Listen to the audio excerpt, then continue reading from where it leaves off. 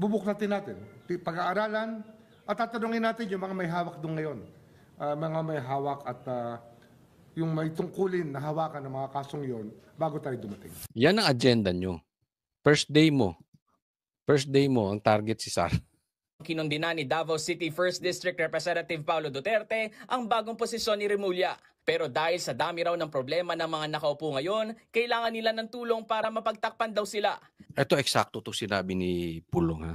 Mockery of our Constitution. Sa Tagalog, pangbababoy ng ating batas. Ganun kasimple yan. Wala na silang pakialam. Wala nang batas-batas. Kung kayang palusutin at kaya natin, kahit nakakahiya. Kaya nga naglalamay ang bansang Pilipinas sa nangyari ngayon. Pero meron lang akong gustong ikwento saglit, okay lang ba? Dahil, alam mo, ako naniniwala, dahil sa kasamaang nangyayari ngayon, it really shows na pagko-connect natin na mastermind si Marcos at si Tambi. Yung paglagay kay Boying, in my opinion, iyan ay pag-amin nung magpinsan bilang mastermind. It's a desperation act. Dahil sa sobrang laki ng baho, kailangan na silang gumawa ng kahit sobrang nakakahiya. At yan yung paglagay kay Boying. Ako naniniwala ako doon. Sa aking experience, siguro kahit kayo na-experience nyo na, kung meron man akong success sa buhay, it always come after my greatest depression. Yung talagang sagad na sagad ka na.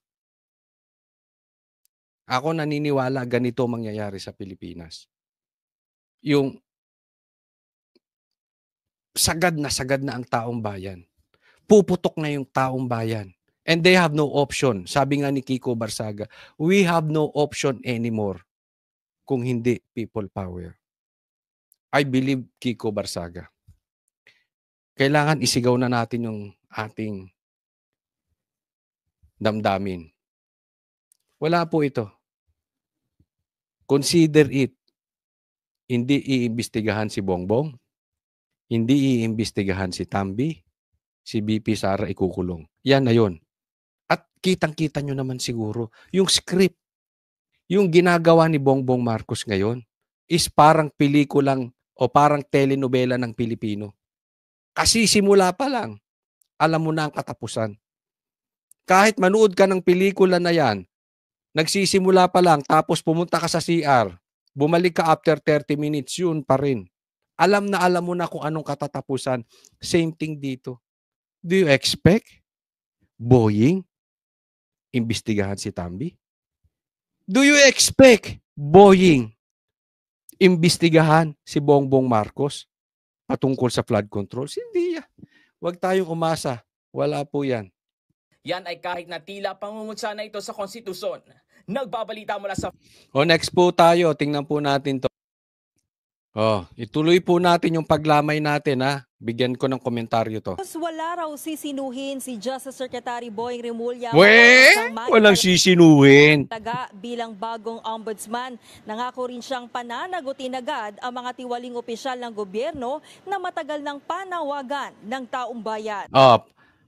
Pangako daw niya na pananagutin ang mga tiwali ng gobyerno. Pangako. Is this promise the same as the promise na hindi nyo papapasukin ng ICI? Di ba? Kaya tayo may problema eh. Sa sinasabi ni Tambi, hindi siya nagnakaw. Sinasabi ni Saldi, hindi siya nagnakaw. Sinasabi ni Bongbong, hindi siya adik. Sinasabi ni Bongbong, hindi siya kasabwat. Sinasabi ni Bongbong, hindi niya alam yung nangyari na ginagawa ng kalokohan ng pinsan niya. Sinasabi ni Sandro, hindi siya kasabwat. Sinasabi ni Sandro, hindi niya alam kung anong nangyari. This is the same person na ilang ulit nagsisinungaling sa atin. And then you will make promises.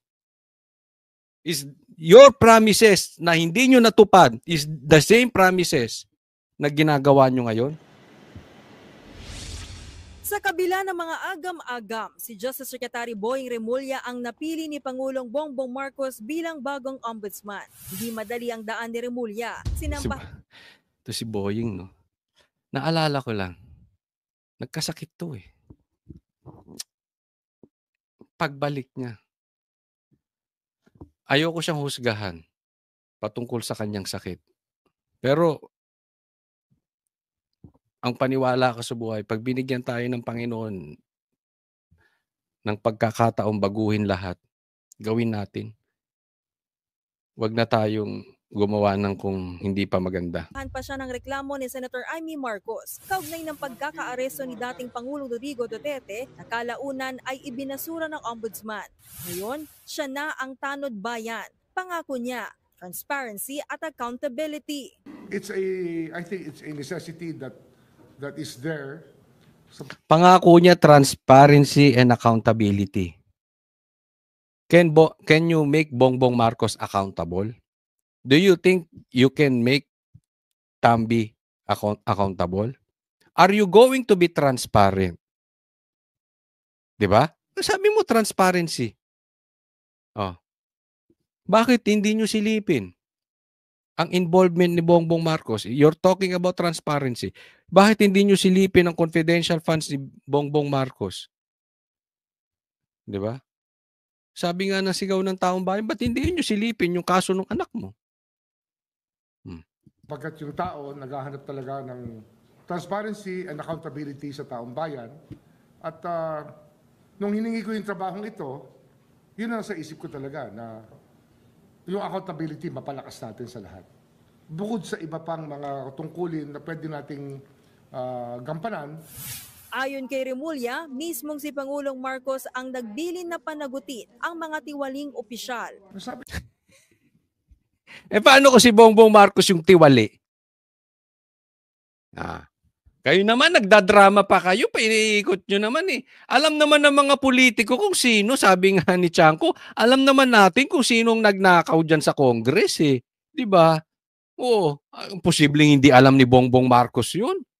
Imposibleng hindi rin alam ni Sandro Marcos yun. Tinatarantado nyo talaga mga Pilipino. Yung accountability of public officers, pangalagaan mo talaga. At hinahanap ng taong bayan yan. At ako naman siyempre, yun naman ang hinahanap kong trabaho eh. Yun ang aking hiningin trabaho sa kanya. Kaya nagkasundo naman kami dyan. Noong naging DOJ Secretary ako, ang una... Saan pa kayo nagkasundo, boy? Nagkasundo naman daw sila dyan. Saan pa kayo nagkasundo, ha? Ano pa ang common denominator nyo ni Bongbong Marcos? Sige nga, pakisagot dyan. Anong common denominator ni Bongbong Marcos tsaka ni Boying? Saan pa sila nagkasundo? Ang una kong tinanggal, weaponization ng batas. And it will not be weaponized. Weaponization ng batas? What are you talking about? Tinanggal mo? Wineponize nyo yung Interpol eh. Ginamit nyo yung batas eh. Tapos, dinisregard nyo yung due process. Kinidnap si PRRD daw, you're talking about hindi mo tinanggal mo yung pagpa-weaponize ng batas. Sino namang naniniwala dito sa tao na ito? Baka yung dilaw naniniwala sa'yo. Sisiguraduhin ko sa lahat yan. Wala itong sisinuhin. Ang trabaho ng ombudsman para sa buong Pilipinas, hindi sa isang kampo ng politika. Kaya... Sinabi niya na, ang trabaho ng ombudsman ay hindi isang kampo ng politika. Pustahan tayo. Sasabihin niya sa dulo, pwede naman magbago. Di ba ganyan na sinabi niya, hindi niya papasukin yung ICI? Pero pinapasok niya, anong sagot niya? Pwede naman magbago ng isip eh. Tingnan mo, magbabago ng isip to. Oo. Ang pupunterehin nito si Sara. Si Chis Escudero at si Cayetano, mamaya pag-uusapan natin yan. Wala tayong sisinuhin dito. Mabigat ang tungkulin ni Remulla. Hahawakan niya mga kaso laban sa mga opisyal ng gobyerno, wala administratibo hanggang kriminal. Isusumite ng Independent Commission for Infrastructure sa Ombudsman ang mga ebidensya kaugnay ng maanumalyang flood control projects na posibleng humantong sa mga kaso sa Sandigan Bayan. Hindi raw papayag si Remulla sa mga taktika ng pagpapatagal ng kaso. Bukod dyan, hahawakan din niya ang reklamo laban kay Vice President Sara Duterte kaugnay ng umano'y maling paggasta ng mahigit 600 million pesos na confidential funds ng OVP. Nandiyan na yan eh. Actually, nandiyan na naman sa ombudsman ang mga report na yan. At Ni hindi mo napag-usapan yung binanggit ng mga testigo, si Saldi at si Tambi. Tapos, si Sara ang pinag-usapan. Kitang-kita, diyan pa lang lumalabas na sa sariling bibig. Sabi nga, malalaman mo ang laman ng puso ng isang tao sa pagsasalita. hawakan ng mga kasong yon bago tayo dumating. Pabor din si Remulla sa lifestyle check at sa pagsasapubliko ng SALN ng mga opisyal basta't legal ang proseso.